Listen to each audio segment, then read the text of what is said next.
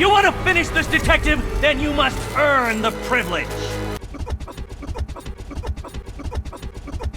If there's an enduring theme to be found in 2015's Batman Arkham Knight, it has to be finality. The final chapter of Rocksteady's magnificent trilogy, Batman Arkham Knight wastes absolutely no time at all about letting you know that Batman is going to die. This is how it happened. This is how the Batman died. Kind of. Metaphorically, but not physically. Maybe, who knows.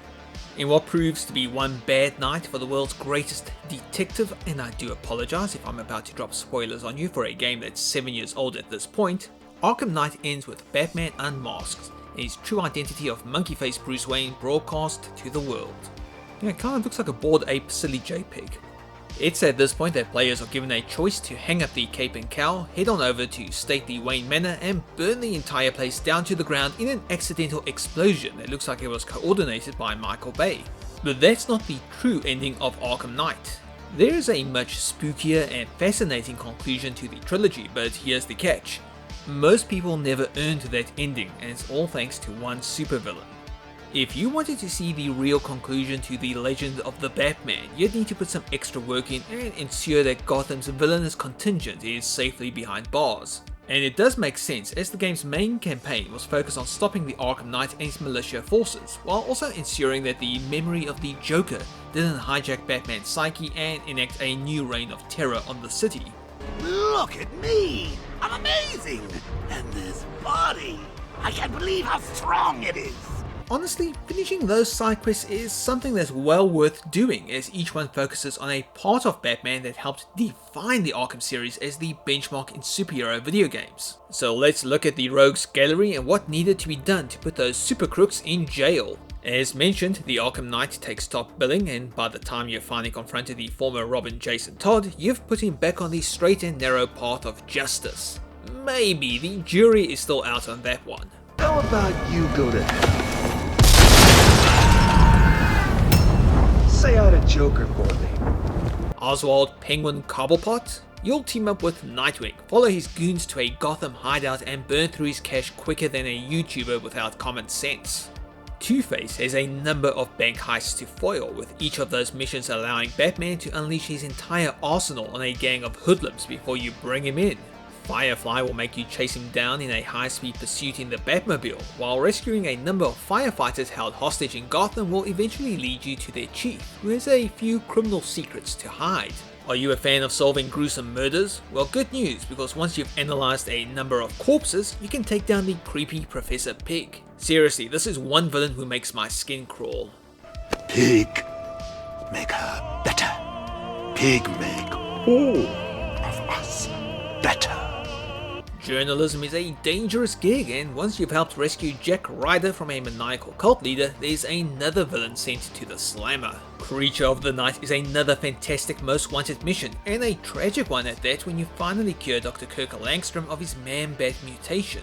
In a nod to the original Nightfall comic book saga, you can test a potential protege in the form of Azrael, but as you'll quickly discover, the dude kind of has it out for you.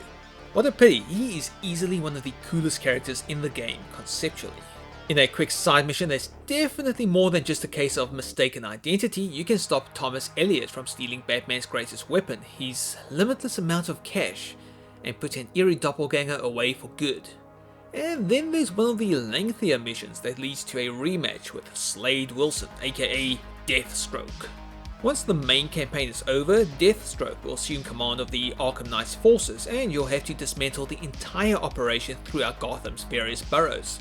It's a long series of challenges, and once you've filled the Gotham City Police Department with a number of troops that all have to share a single jail toilet, you're ready to face off against Deathstroke in a tank battle. Not bad, right? Batman facing off against some of his greatest and most challenging foes, working overtime to make Gotham City a safer place for everyone. But there's one more villain out there, and he's the straw that breaks the proverbial camel's back. The frickin' Riddler. Both contestants are finally here. Tonight, folks, we've got riddles galore. How do I even begin to explain this? Well, let's go back in time. The Riddler has always been a villain who worked in the shadows, employing an army of henchmen and corrupt cops to leave trophies all over Gotham and set up a few death traps for him. Finding all of those Riddler trophies and cracking a few mysteries was a fun diversion in Arkham Asylum, and there were just enough of those conundrums to solve without them feeling like an unnecessary time sink. Cue Arkham City, and the ante has been upped as you work to track down hostages by solving a number of evolved enigmas. Once you cracked the case, it was a short visit to the Riddler's hideout, followed by some overdue justice. And then Arkham Origins came along with a prototype version of the Riddler, throwing even more puzzles at players to solve. The idea had thoroughly outstayed its welcome at this point, but there was one more round of riddles to solve that was both brilliant and terrible. What was fantastic about the Riddler's appearance in Arkham Knight was the fact that he was an essential part of the story, a mastermind who had kidnapped Catwoman, built several death traps for Batman, and even had time to convert parts of Gotham into several racetracks that were more lethal than the Pikes Peak hill climb on a rainy day. Go and Google that. This was good, this was fun. Flexing Batman's mental might and driving the Batmobile through terrifically lethal obstacle courses made for a showcase of great gameplay design.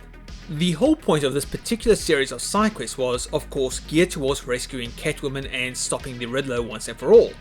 And once you had rescued her, gotten the explosive collar removed, and had solved an entire orphanage worth of perilous puzzles, it was time to face the Riddler.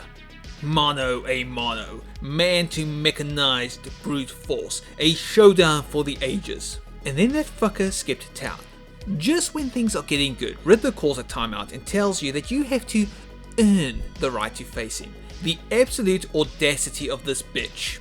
So what's the big deal? Well, here's the catch. You have to solve every single riddle in Gotham before he'll deem you worthy of finishing the fight. That's 243 riddles, all of them encompassing a multitude of different challenges. Some of them are easy, some of them are downright fiendish, and I will admit that the Batarang sections where the Riddler mocks Batman for saving as many lives as possible, even criminal ones, does make for some interesting insight.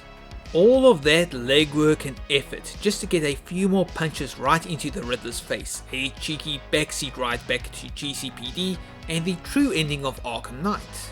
Which is fantastic, by the way, because it heavily insinuates that after Batman fakes his death, he starts using Scarecrow's fear toxin to help him break the bones and minds of criminals who think they have nothing to be scared of. Now, I can't say that doing all this work is worth it for the Steam Trophy and a sense of closure, but I'm a huge Batman fan to begin with. For the average person, the average gamer, Riddler's Revenge was just way too much. I'm not saying that it should not have been included, but I do feel that the stakes should not have been tied to such a crucial part of Arkham Knight's storyline. The death of Batman, even I'm sure the word you were looking for was symbolism. What is the symbolism? Symbolistically is a major part of the Arkham trilogy's appeal, one that is meant to leave fans feeling satisfied and happy with the end of a fantastic video game franchise. Sure, there's Arkham Origins, the prequel, and Arkham VR, but those are kind of in their own space, and when you focus just on Arkham Asylum, Arkham City, and Arkham Knight, the story told is one of 3 bad nights, impossible odds, and redemption. You could say that the true ending to Arkham Knight is one for the most dedicated of fans, but I don't believe in that. I believe that Rocksteady could have rewarded those fans in other ways, like with an optional batsuit that had a few perks built into it, or 5 minutes alone with the Riddler in a jail cell. It's a weak point in Arkham Knight that, at the time of recording this video, I genuinely hope won't be seen in Suicide Squad Kill the Justice League when it eventually arrives in 2023. Don't get me wrong, I don't hate the Riddler's Revenge experience, and with one tweak I could have learned to live with it. I am of course talking about having the Riddler call me every 5 minutes to mock me while I was doing other stuff inside of Gotham. I've become my own nemesis. Keep the trophy.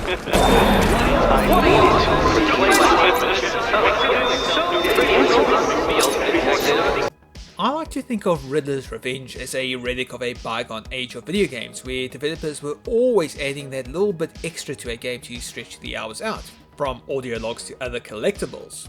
The puzzles themselves are absolutely brilliant, but the number of them, the stakes attached to them, and the game constantly reminding you about them, it sours the experience.